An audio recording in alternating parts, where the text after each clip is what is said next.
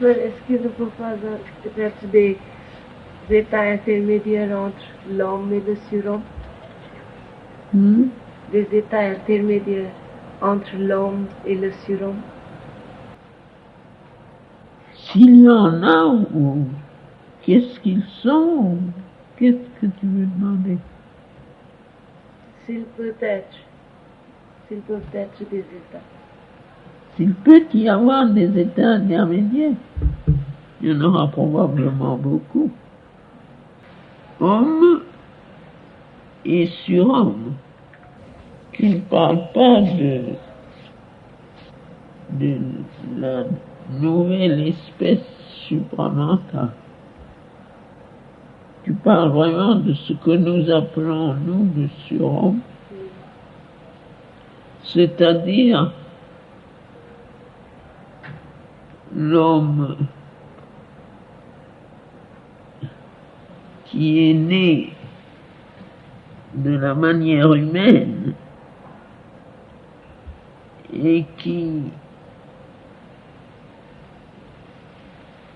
essaye de transformer son être physique tel qu'il l'a reçu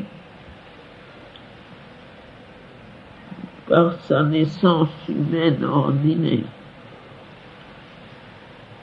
S'il y a des échelons, il y aura certainement une quantité innombrable de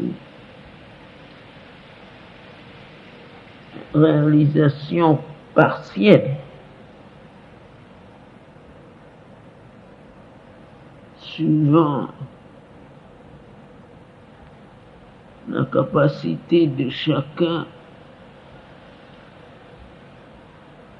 le degré de la transformation différera.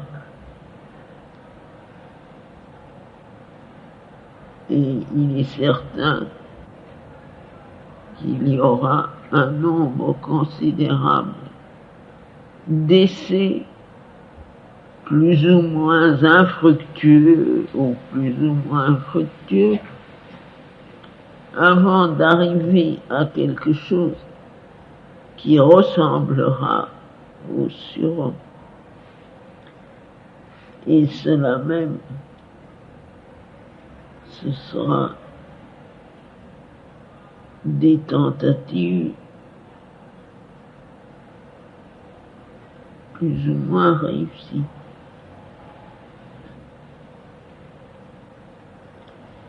Tous ceux qui s'efforcent de surmonter la nature ordinaire, tous ceux qui essayent de réaliser matériellement l'expérience profonde qui les a mis en rapport avec la vérité divine. Tous ceux qui, au lieu de tourner le regard vers l'au-delà ou le haut, essayent de réaliser physiquement, extérieurement, le changement de conscience qu'ils ont réalisé au-dedans d'eux. Ce sont tous des apprentis surhommes.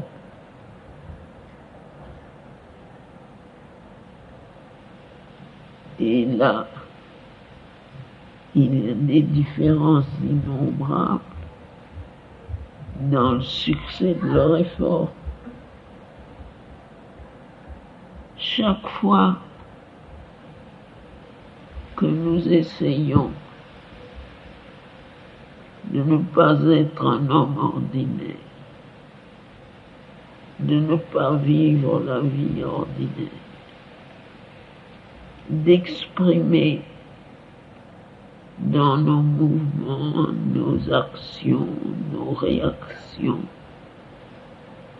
La vérité divine. Quand nous sommes gouvernés par cette vérité, au lieu d'être gouvernés par l'ignorance ordinaire, nous sommes des apprentis surhommes. Et suivant le succès de nos efforts, eh bien, nous sommes des apprentis plus ou moins bons ou plus ou moins avancés sur le chemin. Tout cela, ce sont des étapes. Alors, au fond, la question consiste à savoir, dans cette course vers la transformation, lequel des deux arrivera le premier, celui qui veut transformer son corps à l'image de la vérité divine, ou la vieille habitude de ce corps d'aller en se décomposant jusqu'à ce qu'il soit tellement déformé qu'il ne puisse plus continuer à vivre dans son intégralité extérieure. C'est une course entre la transformation et la déchéance, parce que il n'y a que deux choses qui peuvent être des points d'arrêt pour dire jusqu'à quel point on a réussi. Ou le succès, c'est-à-dire devenir un surhomme. Alors naturellement, on peut dire, maintenant je suis arrivé au résultat, ou bien la mort. Jusque-là, normalement, on est en route. Et c'est une de ces choses-là où le but atteint, où la rupture brusque de la vie, qui nous empêche de continuer à avancer.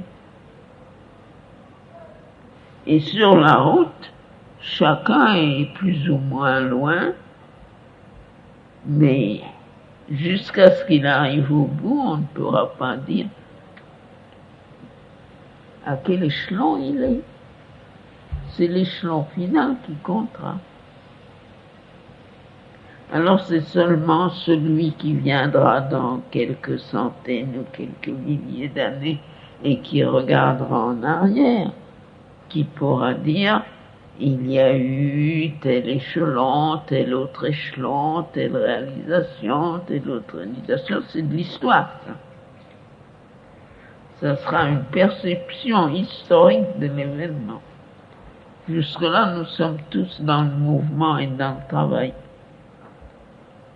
Et où nous en sommes, et jusqu'où nous arriverons, il vaut mieux ne pas trop y penser parce que ça vous coupe les jarrets et on ne peut pas bien courir. Il vaut mieux penser seulement à courir et pas à autre chose. C'est la seule manière de bien courir. On regarde là où on veut aller et on met tout son effort dans le mouvement pour avancer. Où on en est, ça ne nous regarde pas. Je dis c'est de l'histoire, ça viendra après. Les historiens de notre effort nous diront, parce que peut-être que nous serons là encore, nous dirons ce que nous avons fait, comment nous l'avons fait. Pour le moment, ce qu'il faut, c'est le faire. C'est la seule chose importante.